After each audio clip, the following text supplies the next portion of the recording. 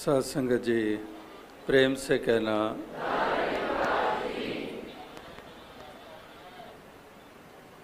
साध संगत जगह जगह पर श्रद्धा भक्ति भावना देखने को मिल रही है। अकीदा विश्वास इस परमात्मा ईश्वर निराकार के ऊपर परिपक्व रखते हुए इस जीवन के सफ़र को तय कर रहे हैं। जहाँ जहाँ पर भी जाने के अवसर मौके मिलते हैं वहाँ ही यही श्रद्धा भावना देखने को मिलती है। भक्तजन भक्ति भरा जीवन जीने के लिए हमेशा ही उत्साहित रहते हैं और भक्ति में सेवा सत्संग सुमिरन आता है तो सेवा भी तन मन धन की निष्काम भाव से करते हैं, अकर्ता भाव से करते हैं। और सुमिरन इस निराकार का आठों पहर ये उठते बैठते श्वास श्वास सिमरो गोविंद, जो श्वास श्वास पे नाम ले वृथा श्वास मत खोए, या फिर तू ही नंकार करो ते हर पल इसनु याद करो। तो जहाँ पर सत्संग के लिए भक्त जो भक्ति का महत्वपूर्ण अंग है, इसके लिए हमेशा उत्साहित रहते हैं कि संगत करिए साध की अंत करे निर्भाव, साकत संग न कीजिए जाते हुए बिना। तो संगत साधु की करने को ये महत्वपूर्ण मानते हैं। साकत का संग हमेशा संसार के लिए गिरावट का कारण बना है। जो साकत प्रवृत्ति है उसने आज तक डुबोया ही डुबोया है, लेकिन संत प्रवृत्ति जो होती है इसने उभारा ही उभारा है। तो इसलिए संगत करिए साध की कि संतों का संग महापुरुषों का संग ये वास्तविकता में हमारा पार उतारा करता है, हमारे जीवन के म्यार को ऊंचा करता है। तो सत्संग जहाँ भी सत्य का संग होता है वहाँ ही एक स्वर्गमय वातावरण बनता है। वहाँ पर हमारे मन को शुद्धता प्राप्त होती है, वहाँ पर प्रेरणादायक वचन श्रवण करने को मिलते हैं। जैसे गीत कविता व्याख्यान के रूप में अपनी भावों को अभिव्यक्ति दी जाती है, तो सब अपनी अपनी भाषा में एक भाव जो रखते हैं वो एक सरीका ही हुआ करते हैं और वो इसी भाव से युक्त होकर औरों को भी प्रेरित करते हैं कि हमने सत्य का संग किए रखना है, हमने इससे नाता तोड़ना नहीं है। इसीलिए विसर नहीं दातार अपना नाम दे कि दातार तुझे विसारे नहीं, तुझे भुलाए नहीं, तेरा एहसास बना रहे। तो आठों पहर एहसास कैसे बना रहे? अक्सर इंसान कहते हैं काम काज भी करने हैं, घर के काम करने हैं, नौकरी चाकरी भी करनी है, बिजनेस भी करना है, अनेकों जिम्मेदारियां निभानी हैं, तो इससे नाता कैसे जुड़ा रह सकता है? तो कबीर जी ने कितनी सुंदर मिसाल जो दी, जो दास लगातार उसको अब बयान करता आ रहा है कि सुमिरन की सुधियों करो ज्यों गागर पनिहार, हाले डोले सुरत में कहे कबीर विचार। कि एक बहनें गागर सर पे रखकर जो जाती हैं, घर से चलती हैं और कुएं तक पहुंचती हैं और कुएं से पानी भर लेती हैं, उस गागर को भर लेती हैं और फिर सर पे उठा लेती हैं। कई तो एक से ज़्यादा गागर भी एक के ऊपर दूसरी, दूसरे के ऊपर तीसरी भी उठा लेती हैं।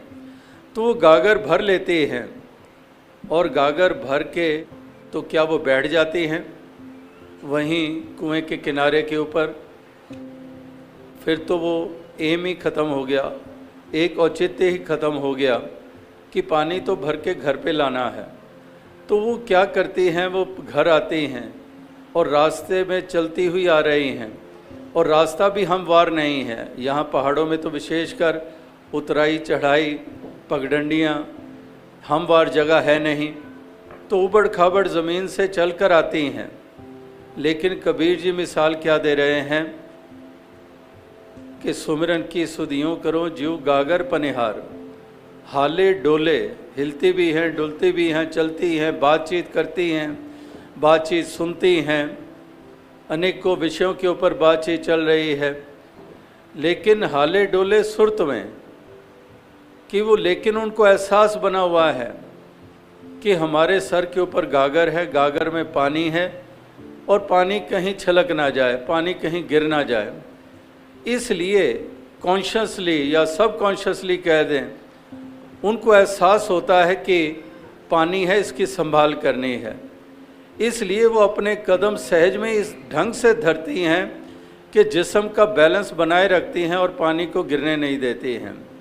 अब इसका मतलब ये थोड़ी है कि वो बातचीत नहीं कर रही हैं, केवल पानी का ध्यान धरना है, बातचीत छोड़ दें, चलना छोड़ दें, क्रियाएं छोड़ दें, फ़र्ज छोड़ दें, जिम्मेदारियां छोड़ दें। अक्सर ये, लेकिन कबीर जी कह रहे हैं कि वो पानी भरना भी है और घर तक लेके भी जाना है, चलना भी है, सब जिम्मेदारियां निभानी है। लेकिन एहसास बना हुआ है, जैसे वो पानी का रटन नहीं कर रही हैं बहनें, पानी पानी गागर गागर उसके ऊपर उसमें पानी, ये रटन नहीं कर रही हैं, लेकिन एहसास है। तो यहाँ पर भी एहसास की बात हो रही है। जब सुमिरन की बात हो रही है तो एहसास की बात, जैसे माँ की मिसाल आती है कि माँ घर के काम करती है, लेकिन बच्चा चारपाई पे लेटा हुआ रह रह के बच्चे की तरफ ध्यान जाता है कि मैं चारपाई के बीच में सुला कर आई हूँ, कहीं वो एक तरफ तो नहीं हो गया, कहीं किनारे पे तो नहीं आ गया, यानी कि उसको एहसास, कहीं भूख तो नहीं उसको लग गई। तो माँ चाहे रसोई में काम कर रही है या कहीं दफ्तर में अगर सर्विस करती है वहाँ पर है, फिर भी उसके मन का तार अपने बच्चे के साथ वो जुड़ा हुआ है।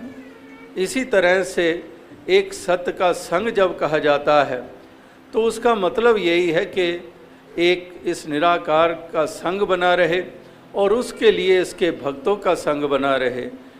तो इसलिए सही मिलाई जिना मिलिया तेरा नाम चित आवे, कि ऐसों से दातार मिलाप करा बार बार करा, जिनके मिलाप से तेरा ध्यान आ जाता है। जैसे पहले कहा कि साकत का संग करते हैं, वो तेरा ध्यान थोड़ी दिलाता है। साकत तो दुनियादारी की बात करता है, वो तो वैर वास्तवों में यकीन रखता है, वो तो अभिमान में यकीन रखता है, वो तो कड़वाहट में यकीन रखता है, वो तो गिले शिकवे में रहता है, वो तो दिलों को दुखाना जानता है, वो तो दूसरे के हक को छीनना जानता है। उसका संग जब करते हैं तो हमारे जीवन का म्यार कहाँ ऊंचा हो पाएगा, कहाँ पर हमारे मन को वो शुद्धता प्राप्त हो पाएगी, कहाँ पर वो सुंदर भाव हमारे मन में प्रवेश कर पाएंगे। साकत का संग नहीं, संतों का संग, महापुरुषों का संग, वही हमें ये प्रदान करता है। इसीलिए सही मिलाई जिना मिलिया तेरा नाम चितावे, कि ऐसों से मिलाप करा जिनके मिलाप से तेरी तरफ मन का रुझान हो जाता है, तेरा ध्यान हो जाता है, तेरा एहसास हो जाता है। तो इसलिए इनका संग करते हैं तो ध्यान इस मालिक की तरफ चला जाता है। और ओत प्रोत सा सिलसिला है, अगर मालिक का ध्यान करते हैं तो संतों की तरफ ध्यान चला जाता है। ये ओत प्रोत सा सिलसिला है, ये एक दूसरे के पूरक हुआ करते हैं। जैसे दास अक्सर कहता है कि अगर कोई जिक्र करे कि ये डॉक्टर साहब हैं, कोई इंट्रोड्यूस करता है कि ये डॉक्टर साहब हैं, तो डॉक्टर शब्द सुनते ही एकदम से ध्यान चला जाता है बीमारियों की तरफ। मेरे पेट में दर्द, मेरी बहन के रोग है और इसका उपचार। अगर कहते हैं ये क्रिकेटर है, ये खिलाड़ी है, क्रिकेटर शब्द सुनते ही हमें वो बैट, वो बॉल, वो विकेट्स, वो सब कुछ, वो स्टेडियम आंखों के सामने घूमने लग पड़ता है। इसी तरह से जहाँ पर केवल जिक्र हुआ कि ये डॉक्टर साहब हैं, ये खिलाड़ी हैं, और हमारा ध्यान उससे रिलेटेड जो फील्ड है उसकी तरफ ध्यान चला जाता है। इसी तरह से जब कहते हैं कि ये महापुरुष हैं, ये भक्त हैं, तो ध्यान इस निराकार की तरफ चला जाता है, एक भक्ति की तरफ चला जाता है। तो इस प्रकार से संतों का संग, इस निराकार का सुमिरन और सेवा भी तन मन धन करके भक्त करते हैं, जो भक्ति के 3 अंग, महत्वपूर्ण अंग की सेवा में भी यकीन रखते हैं कि दातार ये सब कुछ तेरा ही दिया हुआ है, ये तन भी, ये धन भी, ये मन भी, ये सब तेरा ही दिया हुआ है। तेरा तुझको सौंपते क्या लागे है मेरा, कि है तेरा ही, तुझे ही सौंप रहे हैं। और तुझे सौंपने का मतलब कि ये मानते हुए कि ये तेरा है, और सौंप रहे हैं इसके बंदों की सेवा करके, क्योंकि नर सेवा नारायण पूजा, एक उनकी सेवा करके दातार निराकार ये मन में एहसास है कि देने वाला तू है, तूने दिया है, और इसको फिर परोपकार में लगाते चले जाते हैं, सेवा में लगाए जाते हैं, तन करके, मन करके, धन करके, हर प्रकार से इसका सदुपयोग होता है जब यह एहसास होता है। अगर यह एहसास नहीं होता है तो फिर वास्तविकता में इंसान सेवा तो क्या करेगा, वो तो छीनना जानता है। जैसे पहले दास ने कहा कि वो साकत प्रवृत्ति, वो मनमुखों वाली प्रवृत्ति जो दुनियादारी में ही केवल खचित रहते हैं, वो सेवा क्या करेंगे, वो तो छीनना जानते हैं, वो तो छीनना जानते हैं, लूटना जानते हैं, चतुराई से, छल कपट से अपना घर भरना जानते हैं। तो उनकी तो ये प्रवृत्ति होती है, सेवा क्या करेंगे। लेकिन महापुरुष कहते हैं कि तन पवित्र सेवा किए, धन पवित्र दिए दान, मन पवित्र हरि भजन से इस विधि हो कल्याण। कि ये तन मन धन तीनों को पवित्रता मिल जाती है अगर ये परमार्थ में लगते हैं। अगर परमार्थ से बिल्कुल नाता नहीं है और केवल अपनी लालसाओं की पूर्ति के लिए लग रहा है, केवल अपनी खुदगर्जियों के लिए लग रहा है, केवल शोषण के लिए लग रहा है, तो इनको कोई महत्ता नहीं रह जाती है। तन की, मन की, धन की कोई विशेषता नहीं है। फिर धन होते हुए भी कंगाल हो, महल होते हुए भी खंडर में रह रहे हो, विद्याएं पढ़ी हुई हैं लेकिन अनपढ़ से भी अनपढ़ हो, खूबसूरती है लेकिन बदसूरत हो, क्योंकि सीरत नहीं है, सीरत अच्छी नहीं है, वो भाव अच्छे नहीं हैं, वो खूबसूरतियाँ क्या करेंगी। इसी तरह से ये तन पवित्र सेवा किए, हाथों से हम सेवा करते हैं, पाँव से चलकर संगत जाना, कर से सेव कमाना है। हम अवतार वाणी में भी पढ़ते हैं कि इस तरह से ये तन को पवित्रता मिलती है, आँखों को पवित्रता मिलती है कि नैनन संत दरस नहीं देखा, लोचन मोर पंख कर लेखा। कि नैनों से दर्शन करते हैं, नैनों को पवित्रता मिलती है। चाहे लाख नज़ारे हों, आँखें देखें उनको, लेकिन कहते हैं कि आँखों की महत्ता, अगर वो नैनन संत दरस नहीं देखा, अगर सज्जनों संतों के दर्शन नहीं करती आँखें, तो आँखें ऐसी हैं जैसे मोर के पंख के ऊपर आकृतियाँ बनी होती हैं, वैसे ही वो आँखें हैं, आँखें होते हुए भी वो आँखें नहीं हैं। इसी प्रकार से जो सिर साईं ना निवे सो सिर कीजिए काय, कुन्ने हेठ जलाइए बालन संदे थाएं। कि ये सर की भी कीमत तभी है अगर ये श्रद्धा से झुकना जानता है। जो सिर साईं ना निवे सो सिर कीजिए काय, उस सर का क्या फ़ायदा, कुन्ने हेठ जलाइए बालन संदे थाएं। वो तो एक ईंधन के काम आ जाए, वो तो बालन के काम आ जाए। तो इस तरह से रसना जपे ना नाम ता तिल तिल कर कटिए। इस ज़ुबान की भी कीमत क्या है, ज़ुबान की भी कीमत तभी है अगर ये हरि का यश कर रही है, मधुर वाणी का इस्तेमाल है, दिलों को सुकून दे रही है, तब तो इस वाणी का महत्व है, वरना इस ज़ुबान का भी कोई महत्व नहीं है। तो इस तरह से तन की को बचाना, दास अक्सर कहते हैं कि ये बड़े हौसले वाला है। अब एक वो भी हौसले वाले हैं जो दिन दिहाड़े डकैती डालते हैं, बिजी ट्रैफिक होते हुए भी वहाँ कत्ल कर देते हैं। हौसला है तभी तो कर गुजरते हैं। लेकिन दूसरी तरफ वो हौसले जो हमारे जवान, हमारे आर्मी के, हमारे फोर्सेस के, या फिर कोई साधारण कोई गृहस्थी है, वो भी सड़क से गुजर रहा है, किसी अबला के ऊपर जुल्म देख रहा है, कोई ज़्यादती देख रहा है, उसके बचाव के लिए आगे आ जाता है, वो हौसला भी है। तो दोनों हौसलों में देखें किसकी महत्ता है। उस हौसले की महत्ता है जो नेकी पे लग रही है, जो दूसरे के कल्याण में लग रही है, जो देश प्रेम के तहत लग रही है, वो हौसला मुबारक है। तो वो हौसले जो मासूमों की जानें लिए चले जा रहे हैं, गर्दन कलम करते चले जा रहे हैं, मज़हब का नाम लेकर, धर्म का नाम लेकर, ये कौन से हौसले हैं। तो इस तरह से महापुरुष संत जन हमेशा वो पहलू ही हमारे सामने उजागर करते हैं जिनको हमने अपनाना है, जिसको हमने जीना है, और इस प्रकार से वो कदम उठाते हुए अपने इस जीवन के सफ़र को हमने सफल करना है, अपने जीवन के म्यार को हमने ऊंचा करना है। तो भक्ति के मार्ग पर जहाँ सेवा सत्संग सुमिरन की महत्ता, तो भक्त में गुण होते हैं प्यार वाले, निम्रता वाले, दास भावना वाले, हृदय की विशालता वाले, सहनशीलता वाले, सब्र संतोख वाले। ये एक भक्ति जिसको हम कहते हैं, भक्त जिसको कहते हैं, उसमें फिर ये गुणों की भी चर्चा होती है कि ये गुण होते हैं भक्तों में जो प्यार निम्रता में रहते हैं, जो प्यार करना जानते हैं, नफरत नहीं करते हैं, घृणा नहीं करते हैं, वैर नहीं करते हैं, ईर्ष्या नहीं करते हैं, जलन की भावना नहीं रखते हैं, वो प्रेम करना जानते हैं, प्यार की दौलत बांटते हैं। जैसे कहते हैं कि प्रेम प्रेम सब कोई कहे, प्रेम न जाने कोई, 8 पहर बहता रहे प्रेम कहाए सोए, कि 8 पहर बहता रहता है। पहाड़ों में भी आप जानते हैं कि झरने बहते चले जाते हैं, बरस के किसी महीने में चले जाओ, ऐसे झरने आपको देखने को मिलेंगे जो बहते ही चले जाते हैं। तो यहाँ पर भी यही कहा जा रहा है कि 8 पहर बहता रहे प्रेम कहाए सोए, कि ये प्रेम की गंगा बहाते चले जाते हैं, ये प्रेम की दौलत बांटते चले जाते हैं। कमी है तो आज प्यार की है, प्यार की कमी है। जहाँ देखो, घरों में देखो, घर में किसी से पूछो, घर के सदस्य हैं, मुझे प्यार नहीं मिल रहा घर में। समाज में चले जाओ, प्यार नहीं मिल रहा है। प्यार की कितनी कमी हो गई है। तो प्यार की कमी की पूर्ति के लिए आखिर कोई साधन भी तो हो।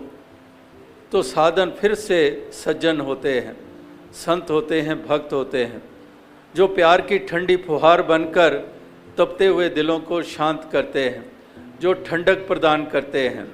तो ये प्यार की दौलत है।